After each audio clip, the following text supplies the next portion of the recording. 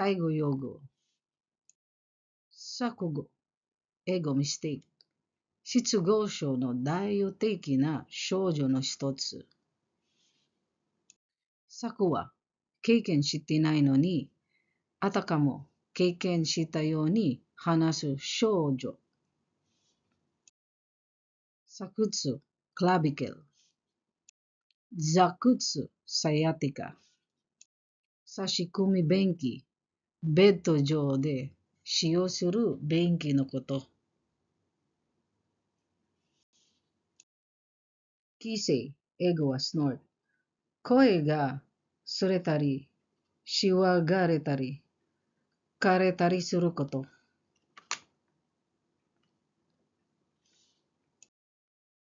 座席、昇降機、立ち上がったり、椅子に座ったりするのをサポートする装置。座席が上下用になっている。サービス管理責任者は障害福祉サービスの管理。サービス担当会議、多職連携、介護、サービス計画のために話し合う会議。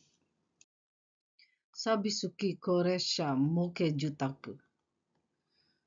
高齢者の住まい法に基づき、医療や介護と連携した賃貸住宅として、都道府県の知事へ登録された住宅のこと。